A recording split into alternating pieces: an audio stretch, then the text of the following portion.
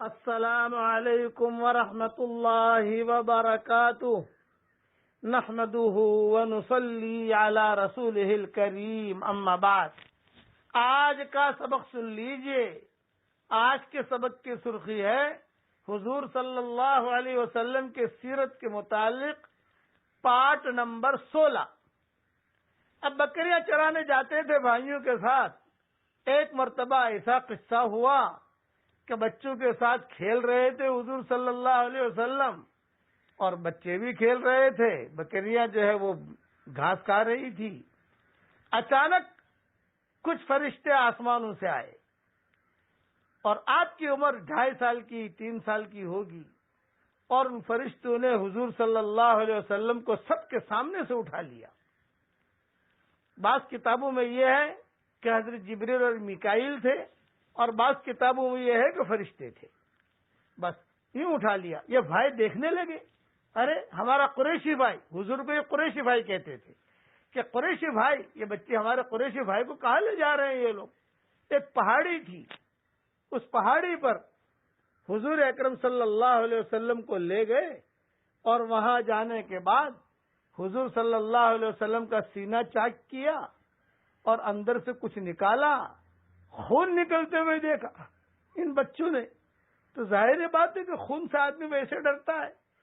تو یہ بچے سارے کے سارے ایک دم دوڑے۔ وہاں تو حضور صلی اللہ علیہ وسلم کا شق صدر ہوا۔ قبیلے بنی سعد میں بچپن میں، آپ کی عمر 2.5 سال کی تقریباً ہوگی، اندازہ یہ ہے 2.5 سال یا 3 سال سمجھ لو، علی اختلاف الروایات۔ جب شق صدر ہوا تو کچھ چیزیں اندر سے نکالی گئی، کچھ چیزیں رکھی گئیں، اور باقاعدہ سیا گیا۔ روایتوں میں یہ بھی آتا ہے کہ حضور صلی اللہ علیہ وسلم کبھی کبھار جو ہے صحابہ دیکھتے تھے آپ کے دل کی طرف تو ٹانکے بھی نظر آتے تھے، ٹانکے کہ جیسے کوئی سیا ہوا کوئی چیز ہو تو وہ نظر آتا تھا۔ بس ایک پوائنٹ ذہن میں رکھنا کہ 4 مرتبہ شق صدر ہوا ہے پوری زندگی میں حضور صلی اللہ علیہ وسلم کا۔ وہ تفصیل سے میں بیان کروں گا کون سے وقت میں ہوا۔ یہ پہلا شق صدر ہے۔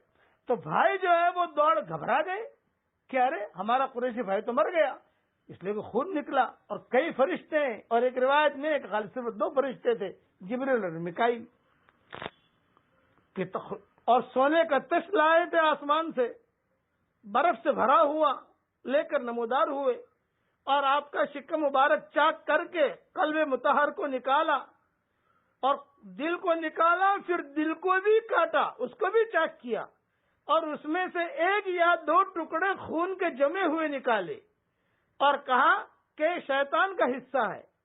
پھر دل، پیٹ، ان سب کو تشت میں رکھ کر برف سے دھویا، خوب دھویا فرشتوں نے، اور اس کے بعد دل کو اپنی جگہ پر رکھ کر سینے پر ٹانکے لگائے، اور دونوں شانوں کے درمیان ایک مہر لگا دی۔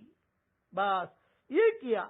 اب یہ سارے کے ساری چیزیں یہ سارے نیچے دیکھ رہے تھے تو گھبرائے، اور گھبرا کر جو ہے گاؤں میں اعلان کر دیا آتے بچے کہ دیکھو اخونا قریشی مات، ہمارا قریشی بھائی مر گیا، وہ یہ ہوا۔ بچے بچیاں جو بھی تھی، گاؤں میں اعلان ہوا تو سارے کے سارے بھاگے۔ تو کیا ہوا؟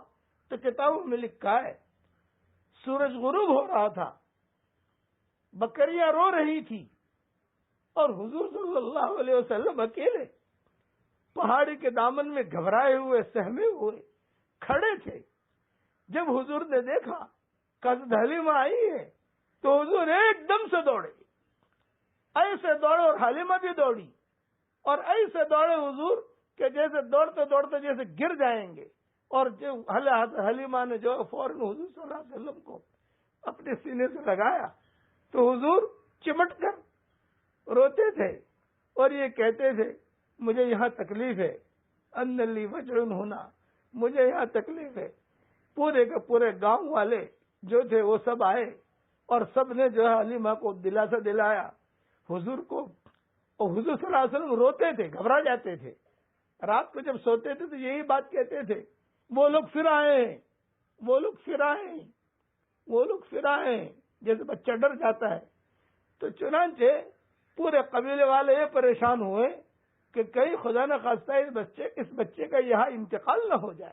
اگر یہاں انتقال ہو جائے گا تو قریش کے لوگ کبھی بھی ہمیں بچے دیں گے نہیں اور ہمارا دھندا پانی بند ہو جائے گا. چنانچہ حضور صلی اللہ علیہ وسلم کی خدمت پورے قبیلے والوں نے کی.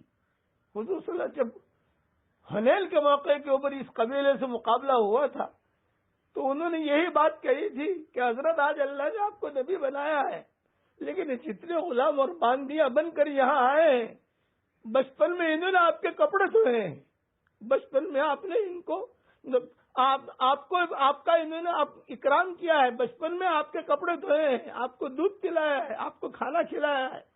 یہ سب غلام اور باندیاں بن کر آئے ہیں. حضور بیٹھے ہوئے حنین کے موقع کے اوپر یہ سن رہے تھے اور حضور رو رہے تھے. بقیہ تفصیل انشاءاللہ قبیلہ بنی سعد کی بعد میں پوری کروں گا. بڑے عجیب عجیب واقعات ہوئے ہیں. اب پڑھ لیجئے میرے ساتھ.